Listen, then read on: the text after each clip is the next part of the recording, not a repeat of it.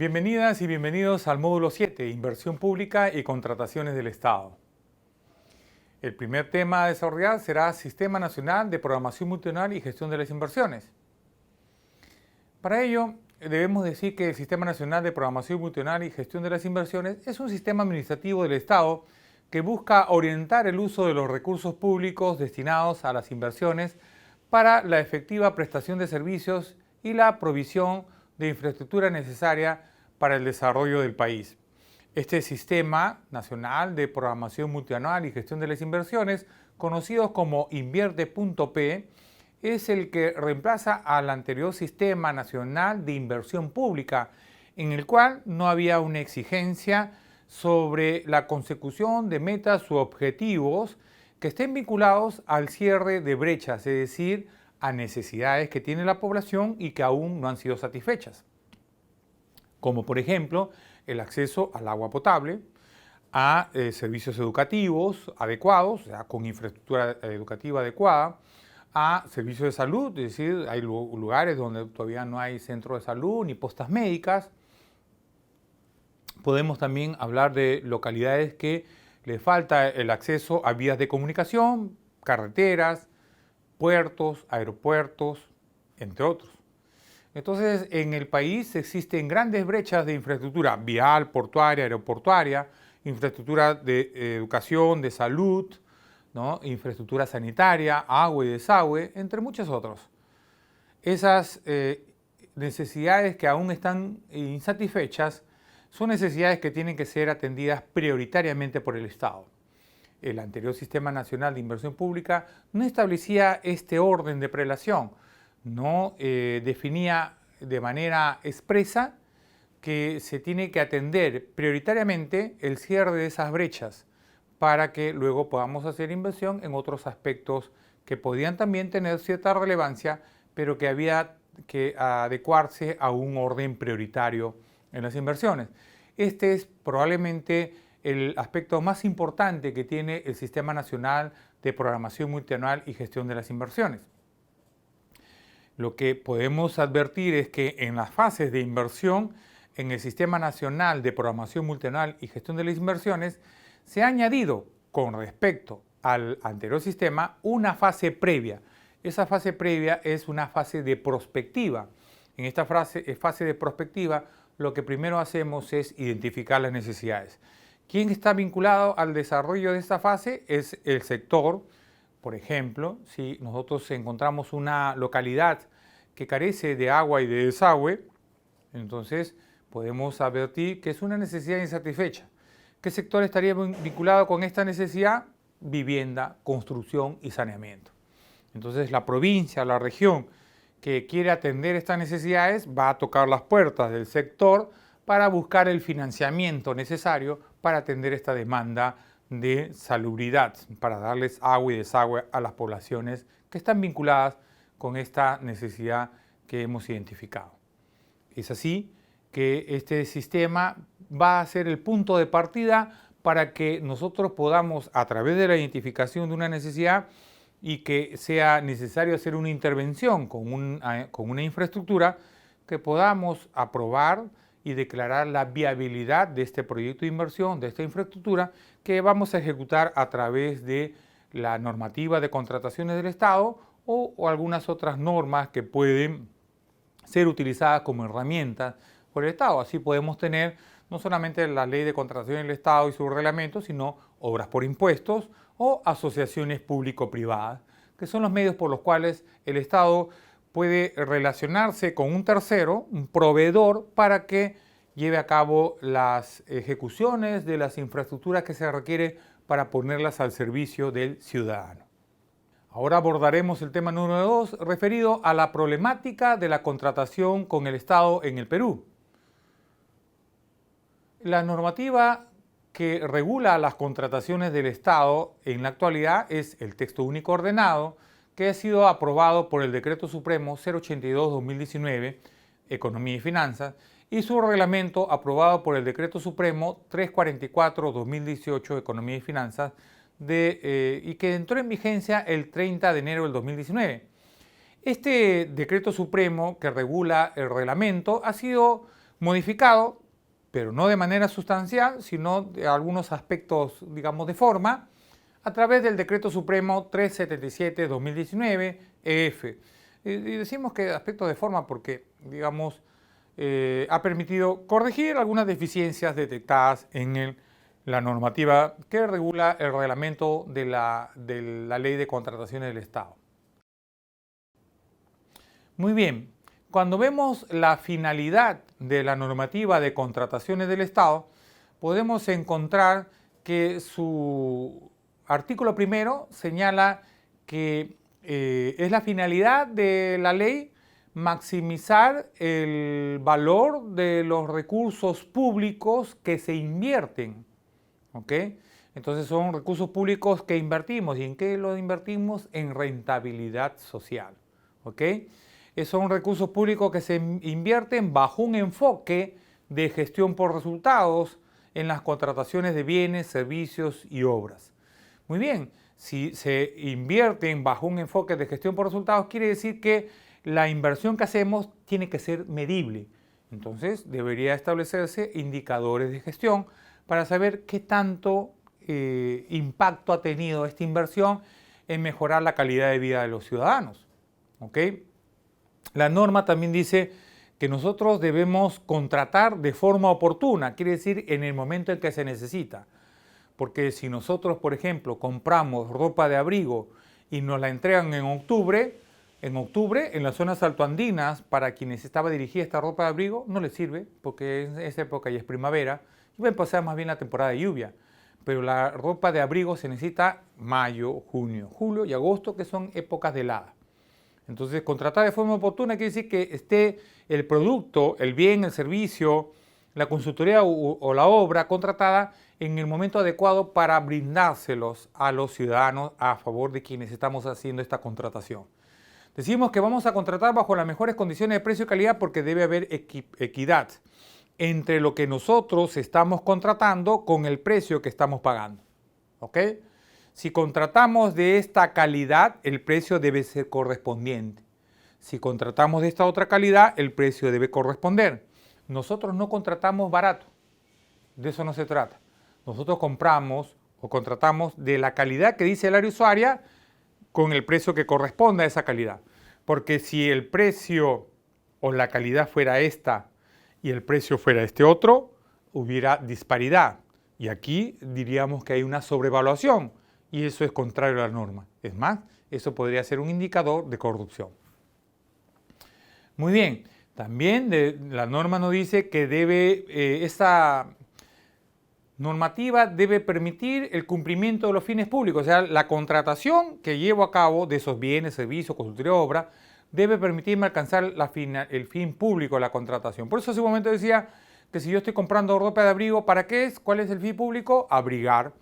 Ropa de abrigo es para abrigar. ¿A quiénes? A las personas o poblaciones vulnerables. Son las personas que viven en zonas altoandinas, ¿no? Sobre los 3.800, 4.000 sobre el nivel del mar, que tienen condiciones de pobreza o pobreza extrema, que no pueden atender sus necesidades básicas. Entonces el Estado interviene para atender sus necesidades. En este caso, las necesidades de abrigo. Compro la ropa de abrigo para abrigarlos. ¿En qué momento? En el momento que se producen las heladas.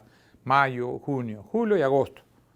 Si compro la ropa en octubre ya no tiene sentido, no he alcanzado la finalidad pública de la contratación, en consecuencia está mal hecha esa compra. ¿Ok? Y que tenga una repercusión, y esto es algo interesante, pues nunca antes la norma lo había dicho y esta vez de manera expresa el artículo primero de la ley dice que debe tener una repercusión positiva en las condiciones de vida de los ciudadanos.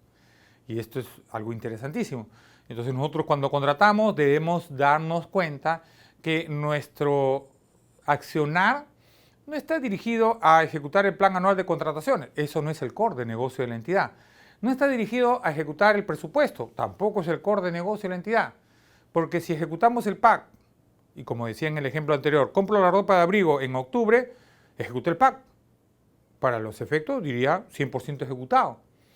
Como recibí el producto y lo pagué, también diría se ejecutó en 100% el presupuesto.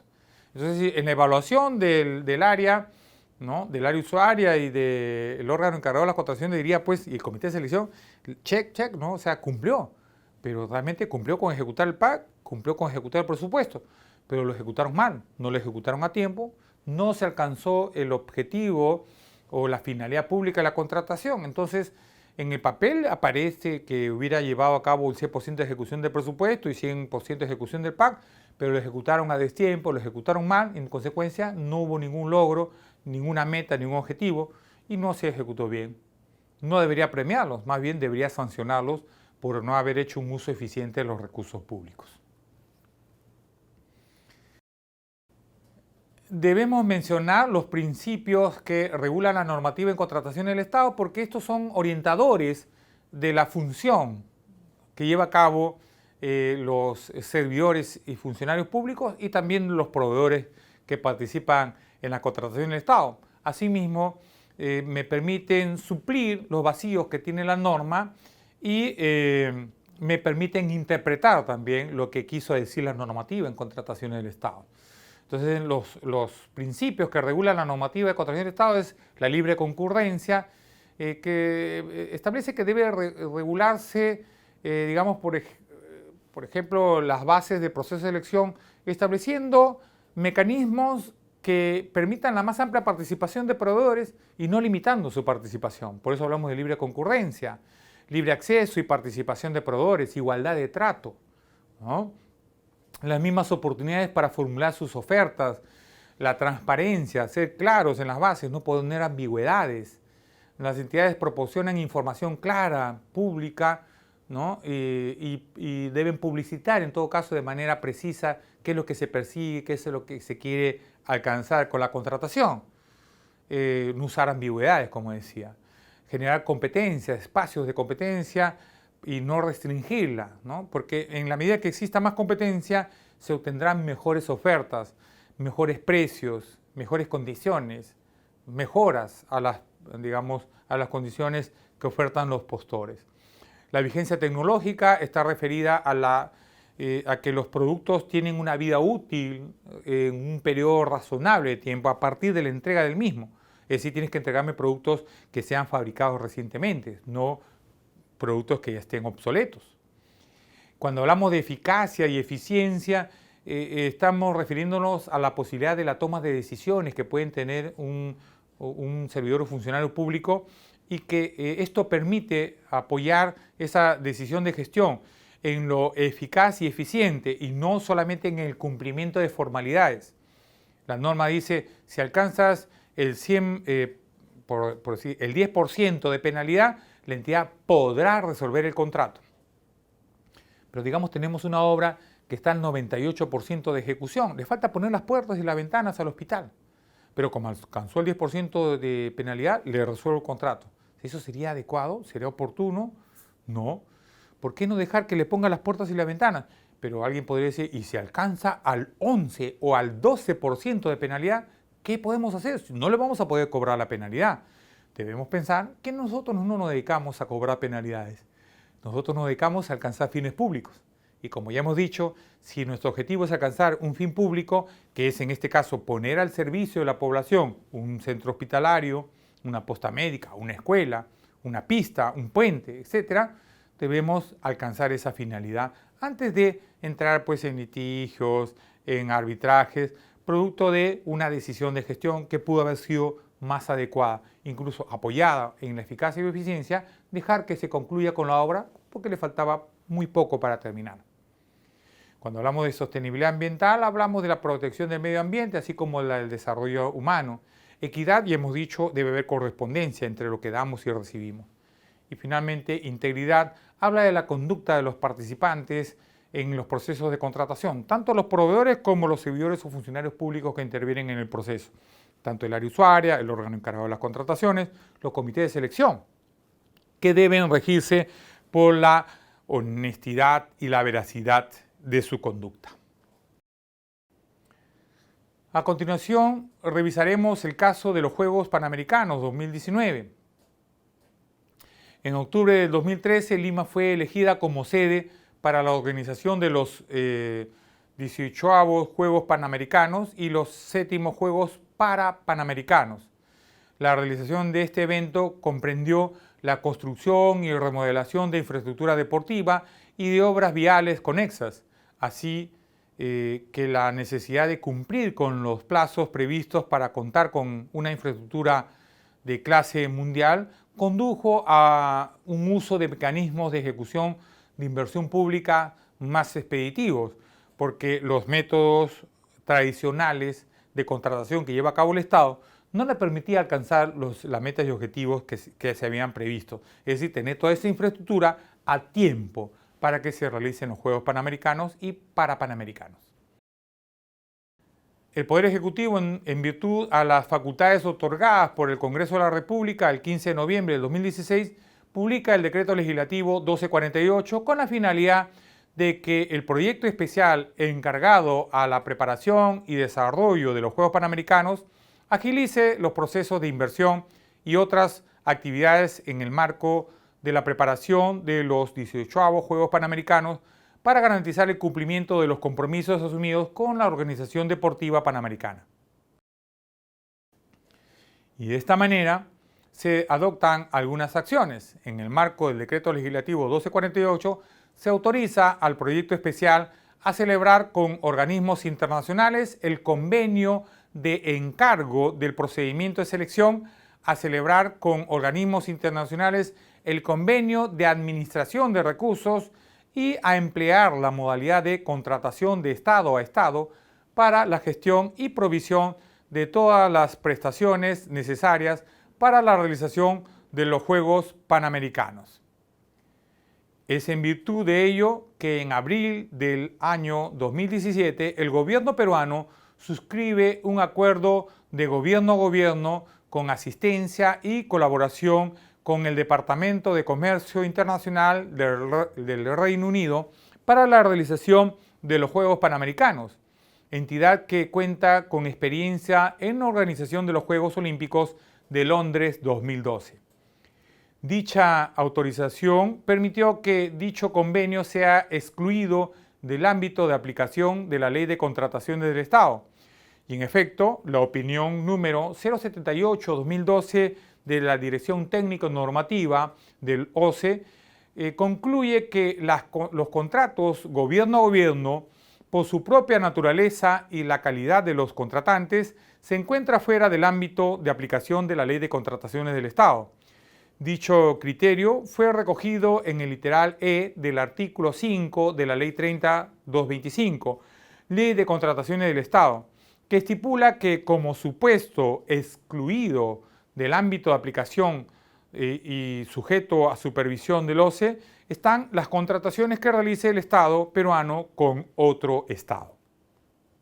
El empleo de la modalidad de convenio con organismos internacionales permitió que el Estado contratante, en este caso el Estado peruano, contratara bienes, servicios u obras para que estos sean prestados por otros estados conforme a los mecanismos y condiciones pactadas entre estos. Como consecuencia de ello, ambos estados se benefician.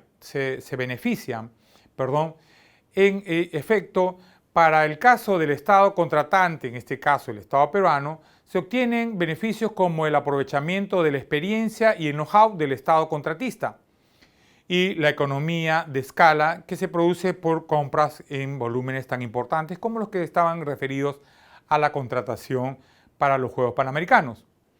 El acceso a proveedores internacionales en condiciones paritarias, el destaque de profesionales experimentados, entre otros. Y en el caso del Estado contratista, en este caso Reino Unido, además de los ingresos y su experiencia internacional, se destaca la apertura de nuevos mercados para sus empresas. Los contratos que se suscriben son una familia de contratos estándar de uso internacional, tal como los contratos FIDIC, los ICC, los ENNA, los AIA, entre otros. Y los contratos NEC fueron creados en Inglaterra como un intento de cambiar las formas tradicionales de contratación que solo se concentraban en los derechos y obligaciones legales de las partes para pasar a la creación de un contrato que además promoviera la correcta gestión del proyecto. Estos contratos pueden ser aplicables en la construcción de un proyecto de infraestructura, así como para bienes y servicios relacionados con la industria de la construcción. Este esquema de desarrollo que se conoce como PMO o Proyecto Management Office o gestión de proyectos es el principal ejecutor del diseño y de la obra, y para lo cual ha sido seleccionado, contratado y va a administrar, ¿no?, a diferentes subcontratistas. Se utiliza cuando es necesario coordinar con gran cantidad de subcontratistas por la complejidad del proyecto, cuando el empleador contratante no cuenta con el personal suficiente, debidamente capacitado y experimentado para administrar el contrato, y cuando el calendario del proyecto es retador, es decir, es exigido, porque hay plazos para cumplir, contratándose con poca holgura el desarrollo del proyecto, por lo que se requiere agilizar en el inicio de las obras y la administración de la ejecución de este contrato. Los contratos NEC se caracterizan por tener un lenguaje sencillo, breve, directo y claro, con el fin de agilizar su empleo y la toma de decisiones por las personas que en el sitio de la obra van a llevar a cabo diversas actividades, sin necesidad de acudir a abogados que interpreten la naturaleza y el sentido de las cláusulas contractuales. Es decir, aquí básicamente lo que prima son las actividades técnico-constructivas en los procesos. No obstante, es importante que las partes involucradas conozcan cuál es el antecedente de estos contratos, es decir, su espíritu, su intención y el lenguaje usado en el sector construcción. Esta simplicidad en el contenido del contrato permite evitar complicaciones y sobrecostos durante la ejecución del proyecto, así como el surgimiento de controversias. Para la ejecución del proyecto de los Juegos Panamericanos se utilizó el sistema de gestión de la construcción llamado Fast Track, en que el diseño del proyecto y la ejecución de la obra se realizan de manera solapada, superponiendo actividades que normalmente se realizan en una secuencia rígida, produciéndose una considerable reducción de tiempo total y costos. Este sistema es utilizado para agilizar la ejecución del proyecto. El contrato NEC, opción F, propone un trabajo colaborativo entre las partes, en virtud del espíritu de confianza y cooperación mutua que permitan alcanzar el objeto del proyecto. En atención a ello, se establece en el contrato el pago de incentivos por mejorar el costo y el plazo, teniendo en cuenta mayormente para la dación de dichos incentivos la terminación anticipada de las obras. De esta manera, estamos premiando a los gestores del proyecto en la ejecución del mismo de manera eficiente, ¿no? Ya no solamente eficaz, sino eficiente, es decir, a menor costo y en menor tiempo. A diferencia de la contratación pública tradicional a través de los contratos NEC, no se prioriza gastar menos, sino gastar mejor. Eso supone que si se puede obtener una mejor calidad de la obra, servicio o bien, gastando un poco más, resulta justificable el costo adicional que se va a generar en tanto que vamos a recibir un mejor producto. En efecto, resulta importante tener en cuenta que el mencionado contrato ofrece seguridad respecto al cumplimiento de plazos y a la calidad de la obra, por lo que resulta beneficioso para la entidad.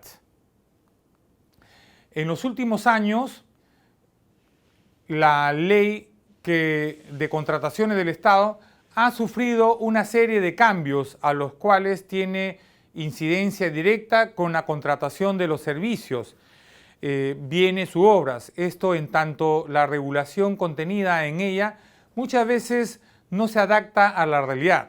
Sin embargo, el problema podría no ser la norma, sino las personas que intervienen en la contratación pública, quienes no aplican adecuadamente la norma, es decir, hacen una interpretación distinta al espíritu que tiene la misma. Consideramos que se trata de responsabilizar o castigar, ya que existe una serie de problemas que guardan relación con el factor humano, los cuales en su mayoría son de corrupción. No cabe duda que los trámites burocráticos que se deben de hacer para la obtención de la viabilidad de un proyecto genera una demora considerable que no permite en muchos casos que se cumpla con la finalidad pública de manera oportuna, puesto que todos los proyectos de inversión deben ser registrados en la plataforma de invierte.p y solo con ellos se puede continuar con las fases de contratación pública. Muchos profesionales que trabajan en los órganos de contratación de los gobiernos regionales no cuentan con capacitaciones relativas a la gestión de contratos bajo las regulaciones normativas actuales, lo cual acarrea un manejo deficiente de los mismos. Algunas cuentan con capacitación en contrataciones del Estado, pero no con la experiencia requerida para la contratación y administración de proyectos de gran envergadura, como por ejemplo en caso de obras. Esto acarrea que surjan controversias relativas a la mala administración del contrato, como por ejemplo incorrecta aplicación de penalidades o resolver contratos sin seguir procedimientos establecidos en la norma. Uno de los factores de evaluación de las ofertas es el monto económico plasmado en ellas. Esto en muchos casos no resulta tan beneficioso como aparenta. En efecto, en muchos casos, eso acarrea que la entidad efectúe una compra poco eficiente, que puede generarle incluso perjuicios en cuanto a la finalidad pública de la contratación. Es por ello que consideramos que se debe priorizar la calidad antes que el costo. Como habíamos mencionado, incluso existe un principio que habla de equidad. Debe haber correspondencia entre la calidad que pide el área usuaria y el costo que pagamos. Nosotros no debemos comprar barato, debemos comprar o contratar de acuerdo a la calidad que nos ha pedido el área usuaria. Si es baja la calidad, será bajo el costo. Si es alta la calidad, será alto el costo. El costo debe guardar correspondencia con la calidad que ha pedido el área usuaria. La corrupción es el principal problema en la contratación pública. Esto genera un sobrecosto en el precio a pagar por las contrataciones de los bienes, servicios u obras, lo que claramente representa un perjuicio económico al Estado.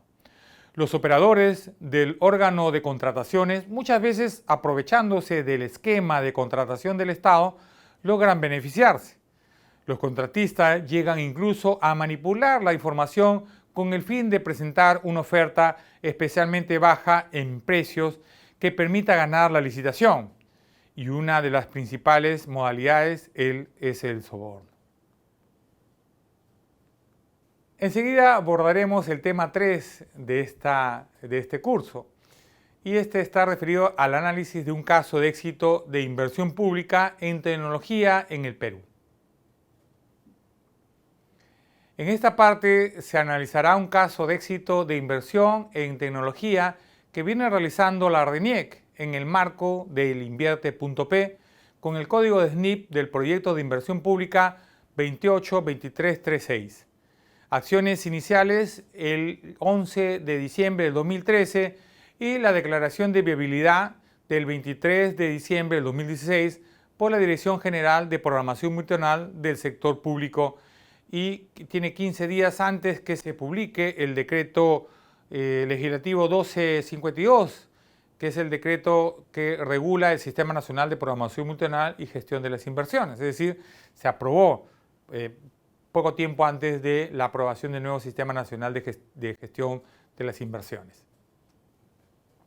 El proyecto de inversión denominado Mejoramiento del acceso a los servicios de registros civiles e identificación de calidad a nivel nacional se viabilizó en diciembre del 2016 y atiende la problemática de los limitados servicios de registro civil y de identificación de calidad a nivel nacional, y plantea como alternativa de solución lo siguiente: Respecto al componente 1, adecuada cobertura de los servicios presenciales, plantea primero adecuado dimensionamiento de los centros de servicio de atención al ciudadano.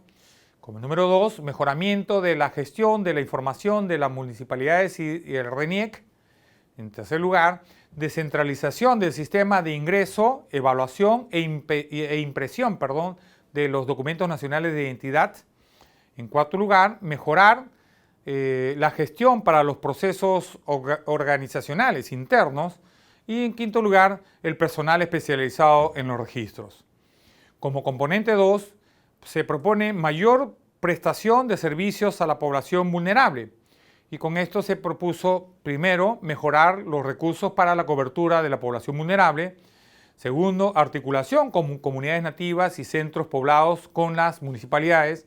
Y en tercer lugar, adecuados mecanismos para brindar servicios a la población vulnerable según las lenguas originarias.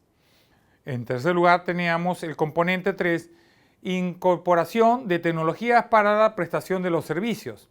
Y se había establecido 3 aspectos. Primero, desarrollo de los servicios vía web. Segundo, sistema de información articulado para la prestación de servicios. Y tercero, mayores capacidades de los usuarios en el uso de las tecnologías. Este proyecto de inversión tiene un costo total de 280.751.668.57 soles. El componente 1 trata entre sus acciones la implementación de las plataformas virtuales multiservicios a ser implementados a nivel nacional, los cuales además considera la adquisición de equipamiento inmobiliario. Por otro lado, considera la implementación de las ventanillas de atención y plantas de impresión de DNI, cada uno con sus respectivos equipamientos inmobiliarios. En este primer caso, la implementación tiene pensado llevar a cabo estas instalaciones en Chiclayo, Trujillo, Cusco y Arequipa. Asimismo, el componente 1 también trata respecto a la implementación de ventanillas de atención, los cuales son en los departamentos que hemos señalado en la diapositiva precedente, pero como pueden ver ustedes en las láminas, se tiene previsto que se desarrollen en otros departamentos a lo largo del territorio nacional. El componente 1 trata principalmente de la implementación de las plantas de impresión de DNI que facilite el servicio de identificación de los ciudadanos a nivel nacional. Y la implementación de los registros civiles a las poblaciones bilingües en seis lenguas: quechua, aymara, ayánica, chagüi, nomachiguenga y machiguenga. Se implementarán recursos para la asistencia técnica itinerantes, tales como 400 equipos informáticos itinerantes, 5 deslizadores, 9 camionetas y 16 proyectores en las 16 jefaturas regionales, lo cual se encontraría administrado por las GRIAs. Y esto va a permitir la implementación de sistemas o, en todo caso, la asistencia técnica mediante 53 especialistas en identificación para poder brindar estos documentos de identidad a las poblaciones en estas localidades, y también la implementación de sistemas o asistencia técnica a centros poblados y comunidades nativas delegadas mediante 74 especialistas en registros civiles. Y las delegadas a las cuales se les genera expedientes de delegación, ¿no?, que son comunidades nativas, son 412 comunidades nativas delegadas, a las cuales se les genera expedientes de delegación y las cuales se realiza el traslado de materiales registral que pudieran haber para poder llevar a cabo estos servicios a sus comunidades nativas. El RENIEC busca convertirse en un referente dentro del sector público al garantizar a la ciudadanía un servicio eficiente y efectivo. Para ello, necesita modernizar tanto su plataforma tecnológica como sus sistemas de información y asegurar un uso racional y eficiente de los recursos tecnológicos para proporcionar un máximo rendimiento y alta disponibilidad. Asimismo, asegurar efectividad, rapidez y flexibilidad en el despliegue de los nuevos sistemas de información estratégicos y de misión crítica que serán utilizados a nivel nacional. En su componente número 3, incorporación de tecnologías para la prestación de servicios, habíamos mencionado el desarrollo de los servicios vía web, los sistemas de información articulados para la prestación de servicios y mayores capacidades de los usuarios en el uso de las tecnologías. El modelo que se propone a continuación busca reducir las limitaciones actuales de la RENIEC identificadas en el diagnóstico y están relacionados con los impactos elevados y limitados, pero que involucran el cumplimiento de un gran número de normas y regulaciones para asegurar la continuidad operativa de los servicios que provee a la ciudadanía y mejorar la calidad y seguridad de estos servicios y apoyar la estrategia de masificación que RENIEC considera apropiadas para que podamos brindar los servicios de la entidad a favor de los ciudadanos. Es evidente que se requieren servicios complementarios que son factibles técnicamente y forman parte de la sostenibilidad de la operación.